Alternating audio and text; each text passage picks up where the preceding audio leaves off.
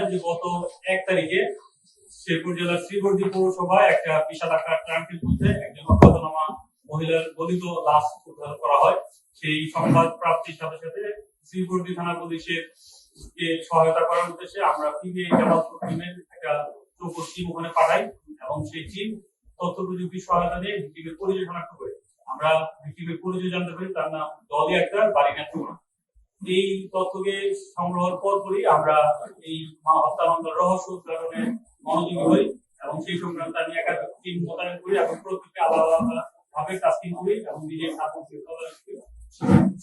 এই প্রেক্ষিতে আমরা সর্বপ্রথম এই বিশাল আকার লাশ বহন করে যে ট্রান, এই ট্রান যে রেখে যাওয়া যে পিকআপ, সেই পিকআপ শনাক্ত করি এবং তার শনাক্ত করে তথ্য প্রযুক্তি সহায়তায় এই ট্রাক ড্রাইভার আশরাফ আলীকে তার নিজ বাড়ি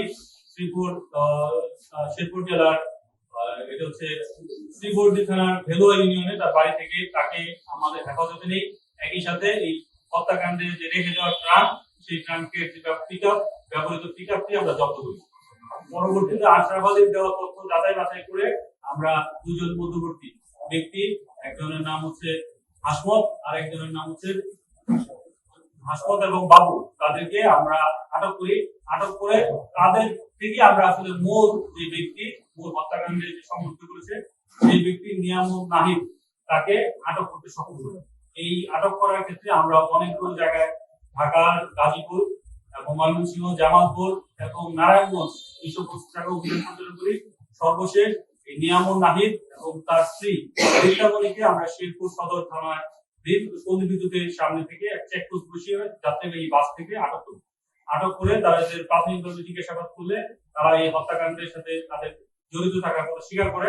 পরবর্তীতে তাদেরকে আমরা আজকে বিজ্ঞ আদালতে উপস্থাপন করি। দুজনেই বিজ্ঞ আদালতে দোষ স্বীকার করে স্বীকারোক্তিমূলক জবানবন্দি প্রদান করেছে। একই সাথে এই যে পিকআপ গাড়ির যে ড্রাইভার আশরাফ আলী, তাকে আমরা সাক্ষী হিসেবে বিজ্ঞ আদালতে উপস্থাপন করি। তিনিও এই ঘটনা সংক্রান্ত গুরুত্বপূর্ণ সাক্ষ্য প্রদান করেছেন। ধন্যবাদ সকলকে। আচ্ছা, এখন হচ্ছে এই যে আসামি গ্রেফতার হলেন, মূল আসামি নাহিদ, তার সাথে আসলে ডলি আক্তারের সম্পর্কটা কি ছিল এবং কি কারণে এই হত্যাকাণ্ডটা ঘটেছে? আসলে অবাক হবেন যে এই হত্যাকাণ্ডে ডলি আক্তারের সাথে নিয়ামুল নাহিদ, মূল যে আসামি অভিযুক্ত, তাদের পূর্ব কোনো পরিচয় ছিল না।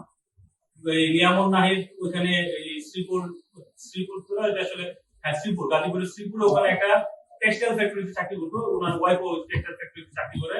আর ডলি আক্তার ওখানে সে একটা গার্মেন্টসে চাকরি করে। আমরা যেটা জানতে পারছি যে ডলি একটা গার্মেন্টসে চাকরি করলো, আর নানাবিধ কার্যক্রমের সাথে ছিল। ঘটনাক্রমে এই আপনার নিয়ামুল নাহিদের সাথে 30 তারিখ রাতে তার এক জায়গায় সাক্ষাৎ হয়। এই সাক্ষাতের সূত্র ধরেই তাকে সে বাসায় নিয়ে যায়। বাসায় নিয়ে যাওয়ার পর তাদের মধ্যে একটা ঝামেলার সৃষ্টি হয়। সেই ঝামেলাতে যখন সে চিৎকার চেঁচামেচি শুরু করে, তখন সে লোকলজ্জার ভয়ে তাকে আসলে গামছা পেঁচিয়ে হত্যাকাণ্ড ঘটায়। তো মূল বিষয়টা ছিল যেখানে একটা আর্থিক লেনদেনের বিষয় আসছে। রিতামণি সে অধিক টাকা দাবি করছিল এই বর্তমান এই মামলার যে মূল আসামি নিয়ামুল নাহিদ, সে 7,000 টাকার মতো তাকে দিতে রাজি ছিল, কিন্তু তার দাবি 20,000 টাকা হওয়ায় তার কাছে টাকা না থাকে। সে যখন বেশি চিল্লাপাল্লা করছিল, তখন ওই লোক জানা দেয়নি এবং লোকলজ্জার হয়ে সে আসলে ঘটনার আকস্মিকতায় ভিক্টিমের গলায় গামছা পেঁচিয়ে ধরে এবং এক পর্যায়ে ভিক্টিম শাস্তি করে। আর এখানে কি অনৈতিক কোনো কর্মকাণ্ড তাদের মধ্যে হয়েছিল এরকম কিছু প্রমাণ? আমাদের যে এই পর্যন্ত যে তদন্ত আমরা যেটা পাইছি, অনৈতিক কর্মকাণ্ডকে কেন্দ্র করেই তাকে আসলে বাসায় নিয়ে যাওয়া হয়েছিল, কিন্তু তাদের মধ্যে কোনো শারীরিক মেলামেশা হয়নি। হওয়ার আগেই আসলে এই হত্যাকাণ্ডের সমস্যা। আচ্ছা, এখন হচ্ছে নিয়ামুল নাহিদ যে মামলার মূল অভিযুক্ত, সে যেহেতু হত্যাকাণ্ডটি সংগঠন করার পর গাজীপুর যেহেতু একটা জনবহুল এলাকার, সেই প্লাস্টিকে ডাম্পিং করার জন্য কোনো জায়গা পাচ্ছিল না। সে যদি ভাবছে যে গাজীপুর যদি আমি ডাম্পিং করি কেউ না কেউ দেখবে, এবং ওই এলাকার সম্বন্ধে তার পরিচয় নাই। তার বাড়ি যেহেতু শ্রীবর্দী এলাকায়, সেই এলাকার সম্বন্ধে পরিচিতি সে জানে। এই এলাকায় অনেক ফাঁকা জায়গা আছে। তার প্ল্যান ছিল যে কোনো ভাবে হোক এটা কোনো ভাবে আসা একটা ফাঁকা জায়গায় নামায় এসে চলে যাবে, এবং ঘটনা বাকি সে সেটা করতে সক্ষম হয়। ফাঁকা জায়গায় নামে চলে যেতে সক্ষম হয়। তার বর্তমান ঠিকানা শ্রীপুরে। পরবর্তীতে আমরা আসলে তথ্য প্রযুক্তি সহায়তা তাকে আটক করি এবং বিস্তারিত ঘটনা উদ্ঘাটন করতে সক্ষম হই। তাকে লাস্টে ভ্রমণ করার যে ড্রাইভার ছিল তার বর্তমান অবস্থান কি করে আছে? তাকে তো আমরা আটক করার পরে তাকে জিজ্ঞাসাবাদ করি। তার জিজ্ঞাসাবাদের ভিত্তিতে মামলার মূল রহস্য উদ্ঘাটিত হয় এবং সে যেহেতু এই মামলা খুব গুরুত্বপূর্ণ সাক্ষী, এই জন্য তাকে আমরা বিজ্ঞ আদালতে আজকে উপস্থাপন করেছি, সেও বিজ্ঞ আদালতের সাক্ষী হিসেবে মাফিক করেছে।